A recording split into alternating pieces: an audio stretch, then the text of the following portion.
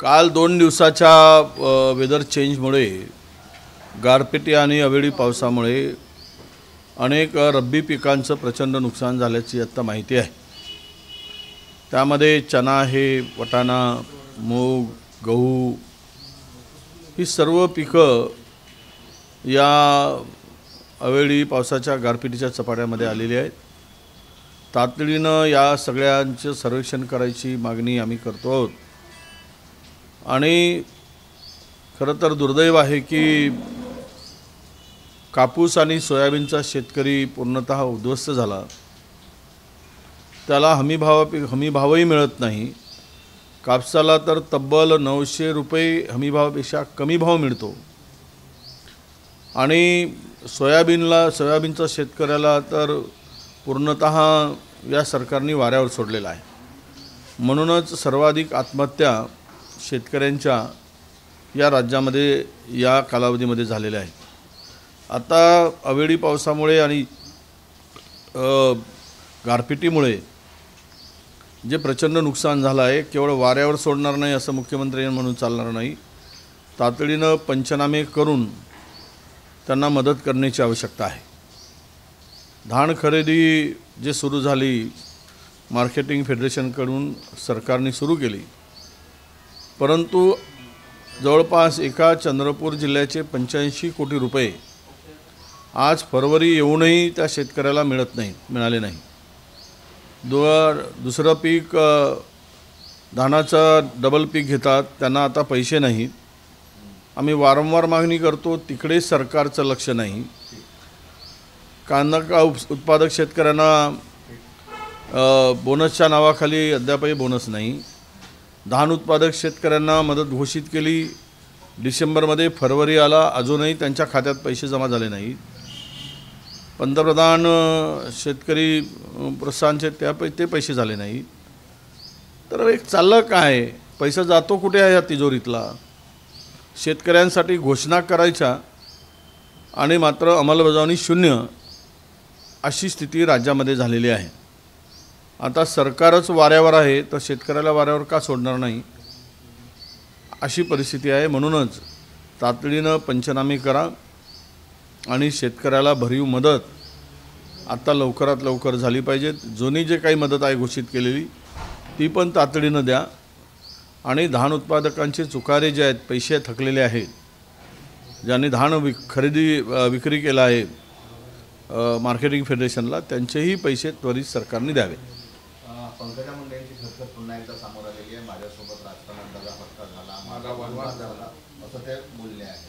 कशासाठी मला माहिती अभियानाच्या दरम्यान ते काल बोलत होते। आहेच ना, बहुजन समाजाच्या नेत्यावर सातत्यानं अन्याय करण्याचं काम भाजपा सरकारकडून होत आहे।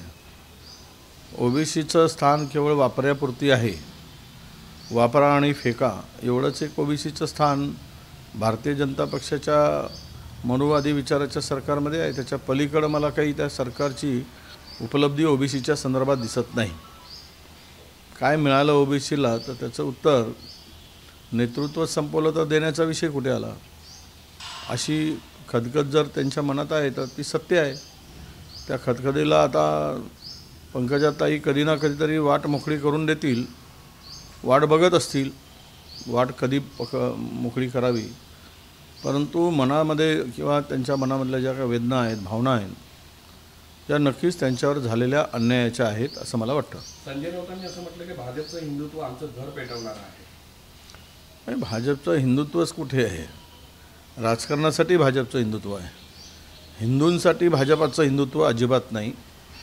त्यामुळे त्यांना त्यांच्या सोयीनं या धर्माचा वापर करायचा आहे आणि सोयीपुरती वापर करून तुम्ही मेलात काय आणि गेलात काय त्याच्याशी यांना काही देणं घेणं नाही। आणि आज मात्र सगळ्यात जास्त उद्ध्वस्त कोण होत असेल या सरकारमध्ये तर तो हिंदूच होते आहे, हे सत्य आहे।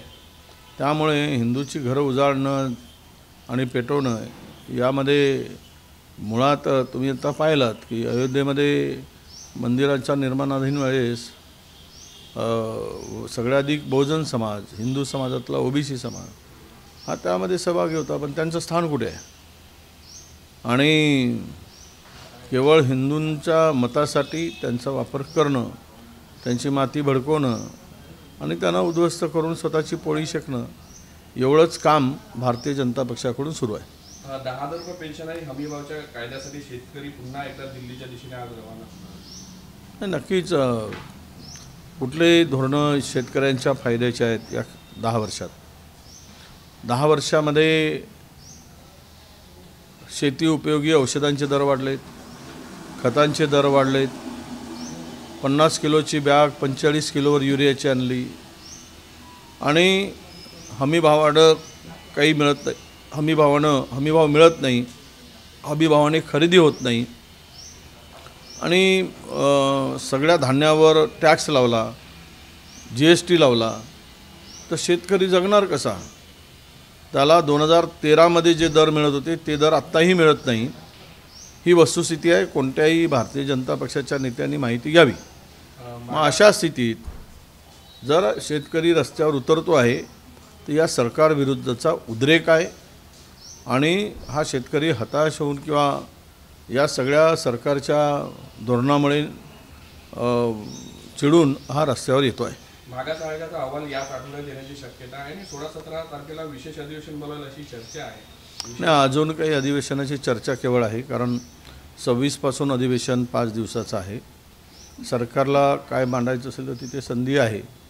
मला वाटत नाही की हे अधिवेशन आता बोलवलं जाईल.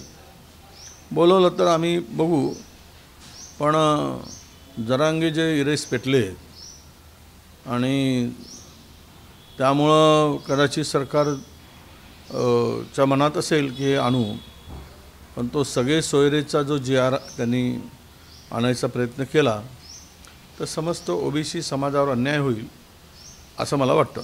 मिलिंद देवरा असो की बाबा सिद्दीकी असो, जे काँग्रेस आणि याच्यातून बाहेर पडले, त्यांना राज्यसभेवर तिकीट देण्याची शक्यता सध्या राजकीय मिळू द्या.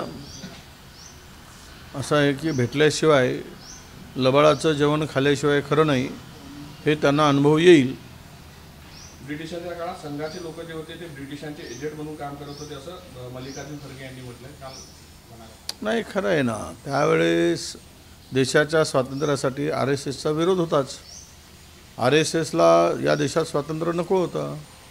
या देशाला स्वातंत्र्य जर मिळत असेल तर केवळ मतदान हा सुवर्णालाच अधिकार असला पाहिजे असाही त्यांचा सूर होता. त्यांना जातीव्यवस्था जी आहे ती अधिक मजबूत करायची होती, ते संपवायची नव्हती. आणि ज्यावेळेस दलित शोषित पीडितांचा प्रश्न आला त्यावेळेस RSSच्या लोकांना वाटलं की आम्ही कुठे आहोत, कारण हे जर सत्ता यांच्या हातात गेली तर त्यामुळं आमचं स्थान किंवा आमच्या एजेंड्याला धक्का लागेल. त्यामुळं त्यांना इंग्रज परवडत होते पण स्वतंत्रता परवडत नव्हती. हा इतिहास आहे. तेच मल्लिकार्जुन खरगे साहेबांनी मानला आहे. शरद पवार साहेबांनी काल असं म्हटलं की ज्यांनी पक्ष स्थापन केला त्यांच्याच हातातून इलेक्शन कमिशननं पक्ष काढून घेतला. ते सगळा राजकीय हेतूने प्रेरित आहे आणि येणारा काळ या सगळ्यांचा उत्तर मागेल. आज ज्या पद्धतीनं बापाला स्वतःचं घर उभं केल्यानंतर त्यालाच घराच्या बाहेर काढून पोराला मालक ठरवणं असा हा प्रकार आहे. त्यामुळे हे जे काही चाललं आहे हे सत्तेची गरमी मस्ती या बजोरावर आम्ही करू ते पूर्व दिशा अशा पद्धतीनं या देशातलं राजकारण सुरू आहे.